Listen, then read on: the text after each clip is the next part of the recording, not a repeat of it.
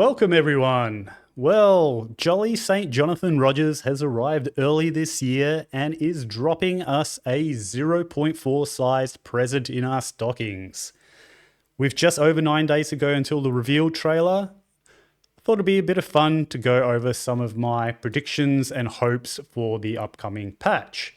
I will very quickly say that I am a build creator that primarily focuses on spell casting builds, so my main focus in many of the points throughout will be spellcasting related, as that is what I am interested in seeing. And the first and foremost of the information that we have about 0.4 is that the Druid class will indeed finally be coming. The Druid will bring shape-shifting along with it, and currently we have two forms that have been all but confirmed, that being the bear form and the wolf form. One can speculate that they will be attack-based forms. The third form, while not confirmed, there is very strong indications based on data mined information that this will be the wyvern form, which is a dragon-based form. And one would hope, I hope, that it will be a form strongly tied to spellcasting to add some variety. After all, the Druid is a strength and intelligence based class, so you would think that there will be a 50-50 mix of attack based abilities as well as spell based abilities, and I hope they provide that or transfer that through to the shape-shifting forms as well, with the third wyvern form being that spell-casting based form. Now, that data mined information which I was talking to has been kindly presented by Gazzy in one of his recent videos, in which you can see a lot of mention to a wyvern and some insights into some of the potential abilities. And focusing on three in particular, which sound and hopefully are spell-based abilities. There we have the Wing Blast, which would probably be physical, Flame Breath, fire, and Electric Spit, lightning. I don't think it is a coincidence that if you couple this with the Gamescom 2023 gameplay reveal trailer on the Druid, there were three human form spell abilities that were presented in that. That being the Tornado, a physical based ability, Volcano, fire, and Lightning Storm, lightning. I don't think it's a coincidence, and tying those two bits of revealed information together, I think these are 6 spell-based abilities that we'll be receiving. Along with the Druid, the new weapon that we will very likely get, which a lot of people have speculated is the Talisman. The Talismans have been data mined, and there is also in-game tooltips directly specifying that there are martial-based weapons which are called talismans and that they are related to shapeshifting. The one apprehension or question I have about this is if wyverns are in fact a spell casting based shapeshifting form, how does spell casting translate to the use of a martial based weapon? To date in PoE2, spells have their damage tied directly or baked directly into their gem system, and that base damage scales with the gem level, not any sort of damage ranges on weapons, which is what happens with martial-based weapons and attacks. So my hot take is either these wyvern abilities that we have seen in the data mined information are not actually spell abilities, but they are attack-based abilities with elemental damage sources, or the talismans, as they currently have been data mined, will not be purely martial-based weapons. The only way I could see a talisman being a martial-based weapon working with a wyvern form using spells is if the talismans themselves could have prefixes and suffixes related to spell casting roll on them as well, or there being a specific talisman which is purely related to spellcasting or something along those lines. But I don't think talismans as they stand as being purely martial-based weapons work well with spells in terms of the systems that are currently in place in PoE2. Along with the Druid, there will be changes to the passive tree in the top left slice, that being the strength/intelligence slice. The Druid will be starting in this position here. And as you can see, this slice has remained relatively untouched with the 0.3 changes, which filled out a lot of the areas in the other portions of the passive tree, adding in new clusters and filling out the tree a little bit more.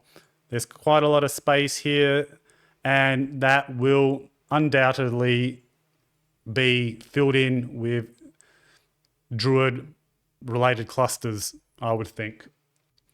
Beyond Druid, I do hope that we will see some of the other classes' ascendancies get filled out. Every class should come with 3 ascendancies, and I believe there are still 4 or 5 ascendancies remaining out of the pre-existing classes. Again, being a spell casting build creator, I do hope that the sorceress's 3rd ascendancy will come, but we will see. Next thing I want to talk about is endgame. Jonathan and Mark have both been on record saying that the 0.4 patch will be the endgame focused patch. And one of the big pain points for most people in the endgame is the Atlas map. One big thing a lot of people don't like is the way you navigate this thing. Constantly mouse scrolling through, you just get absolutely lost and overwhelmed with all the noise and clutter. All the content loses its meaning. You lose all reference to where you've progressed. It really does not work in its current form. So I suspect there will be some sweeping changes. I believe that they still want the infinite generation and exploratory flavor of the Atlas map to remain. However, it lacks some form of transformation or scaling of the difficulty as you progress through it. Currently, whether you're on your starting area or 50 screens away, the map interacts exactly the same way. The other problem with it is, which ties into that infinite scrolling and moving around and bloat, is once you complete an area, those nodes and that space is essentially useless unless you're a completionist who takes satisfaction in seeing completed nodes on your map. Really, this serves no purpose once you complete it and just adds to this infinite bloat as you move through the map. So this difficulty in navigating the map, this meaninglessness as you get further away from your starting area, coupled with the lack of difficulty scaling, lends me to believe that what they may do is somehow integrate a delve-like mechanic directly into the Atlas map. So, a little bit of context. Delve is a mechanic from Path of Exile 1. Jonathan, the main director of GGG, loves Delve in PoE 1. You can see the influence on the Atlas map related to that. And I think rather than introducing a completely separate map and delve system, the Atlas map itself lends itself to being integrated with some sort of delve-like properties. And by that, I mean either as you get further from the starting area, you can transform or evolve your map or nodes. Maybe you can repeat nodes which you've already completed, somehow further corrupting them or digging deeper or changing them in some way which increases their difficulty. It would remove these dead nodes and allow you to repeat them, but with increased difficulty. You could do a map you enjoy a couple of times, depending on how much you can handle those increases of difficulty, only then needing to move away and discover further out to refine that map to be able to repeat that same process again. You'd only need to move out and discover new things if you want to get new citadels or unique maps. Maybe new unique map aspects could be revealed the further you increase one given node. Something along those lines. I think the Atlas map needs some sort of form of transformation of the map, evolution of the map, either in the pre-existing nodes, that would be my preference, removing this dead space and nodes which just once completed serve no purpose, or at least in terms of the further you get away, new areas as they're generated, transform in some way, introduce some sort of new mechanics, difficulty, something that is a little bit more dynamic rather than just the same thing over and over again the further and further you get out.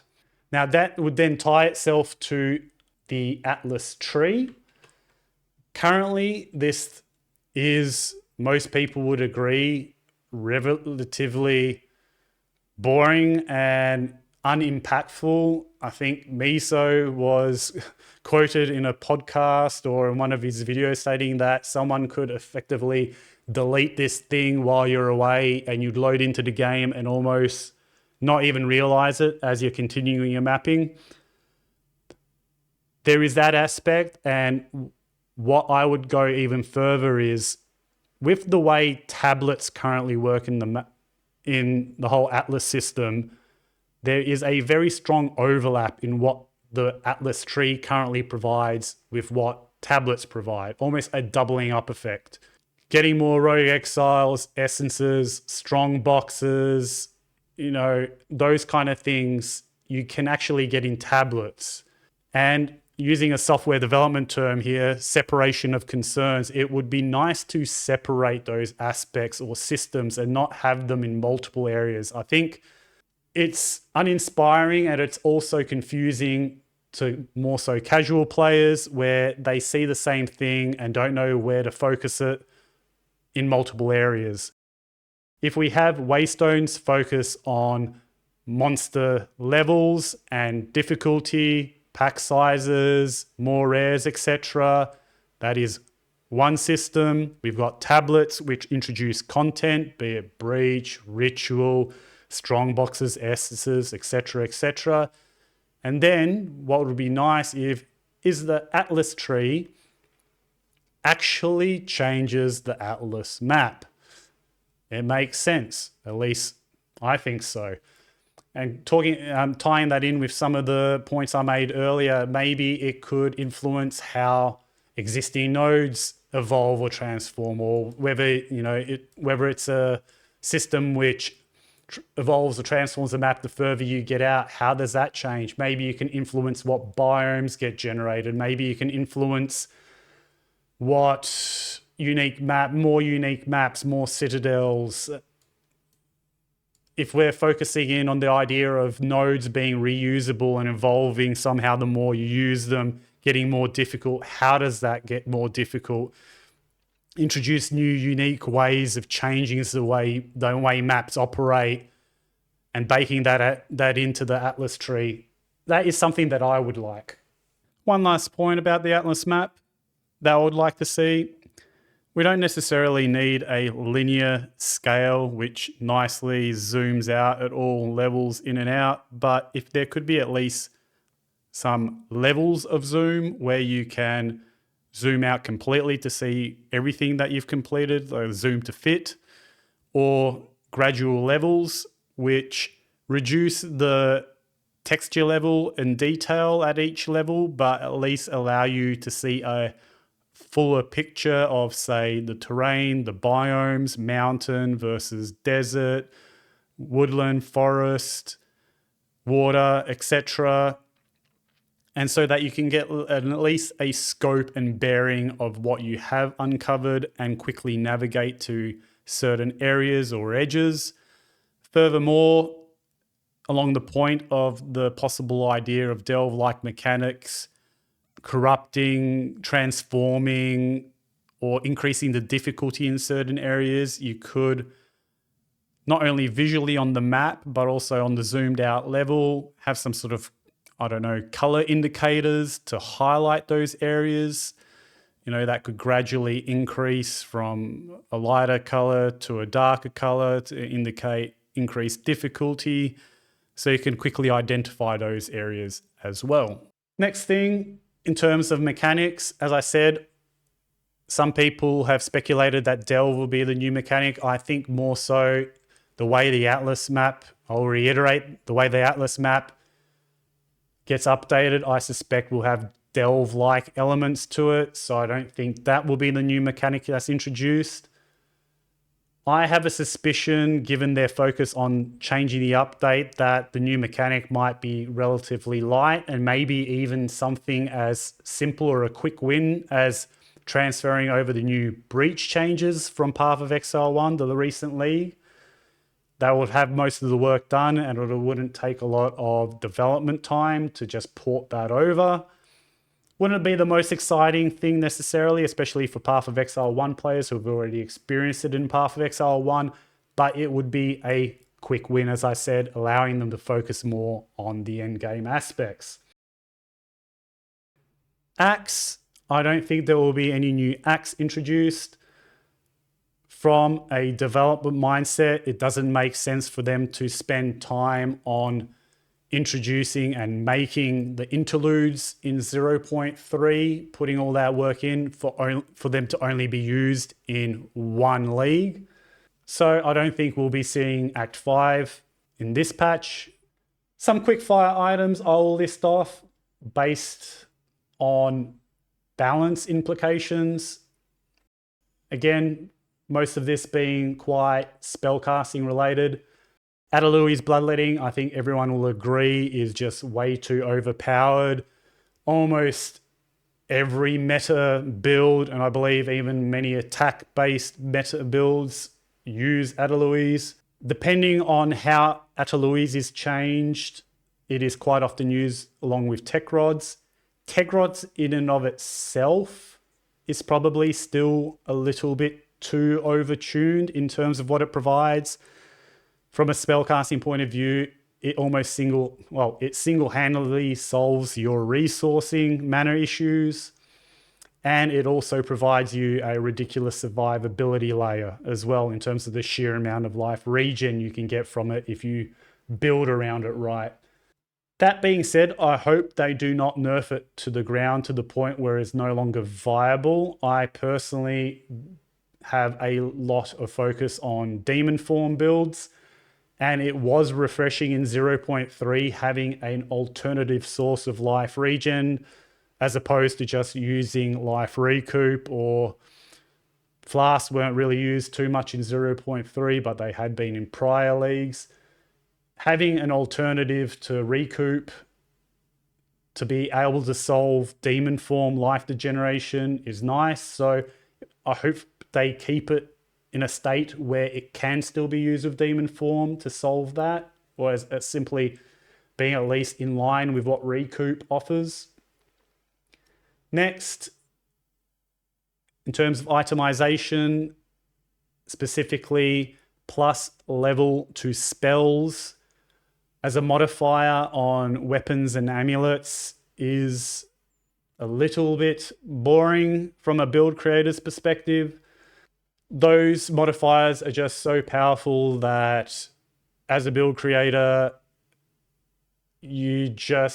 any weapon or amulet that does not have the maximum roll on that modifier or close to it is almost worthless. It very much limits also what uniques you can use, because unless they have a higher plus level roll on it or some sort of damage scaler which is equivalent to it, it renders them almost useless. Whether that's something that gets removed or at least scaled back a couple of notches, probably the latter, would be really nice. It would just add a lot more diversity to build creation. Energy Shield has always been something that has been quite vocally raised amongst the community in terms of being the strongest defensive layer in comparison to armor and evasion. I tend to think it won't get nerfed again. I believe that the opportunity to nerf Energy Shield came in 0.3, but GGG showed their hand in terms of their preferred method, in that they tried to buff armor and evasion to varying degrees of success, I would say. I had quite a bit of fun with some armor builds in 0.3 and it functioned quite successfully, but if there are any changes, I suspect that GGG would further enhance armor and evasion as opposed to nerfing Energy Shield. Although, if they did nerf Energy Shield a little bit, I would not be against that at all. Similar to plus level to skills, from a build creating perspective, increased item rarity. Again, something that the community's been quite vocal about. I'll add my voice into the ring. I don't enjoy it. I don't think it needs to be completely removed at the moment, but having the 150% breakpoint being so significant and the amount of investment that you need to hit that really does limit builds in many respects. So it'd be nice to see that diminished to a degree, even if it's something as simple as reducing that curve to make it 50 or 100% that you need to get its maximum or close to its maximum effect would be nice. Crafting, the omen of homogenization in combination with the Abyss desecrated modifiers was a very, very potent and deterministic form of crafting. I believe one of those facets will need to be toned back to reduce the determinism which that generates. The reason I say this is not because I want that. The recrafting in 0.3 was leaps and bounds an improvement on previous seasons. However, looking ahead, if that exists, it will limit new crafting forms which can come into the game, in the sense that it would just further exacerbate how powerful that combination is if further crafting methods came in. So I think something needs to change along that vein. Mentioning Abyss, I do believe Abyss will become part of the core. It will be similar to Breach, Ritual, and so forth. It will be added to tablets, and it will be a mechanic that can naturally roll onto maps as well. Finally, very quick one, again, adding my voice into what many in the community are asking for. Please, please, please, GGG, allow us to either remove or scale back the Delirium fog. You have made such a beautiful game. You've put all this work into the artwork and the animations. Allow us to appreciate that and not have everything in grayscale. That is all. Please, if you have enjoyed any of this content, leave a subscribe and a like. It very much helps the channel. And I will see you all soon.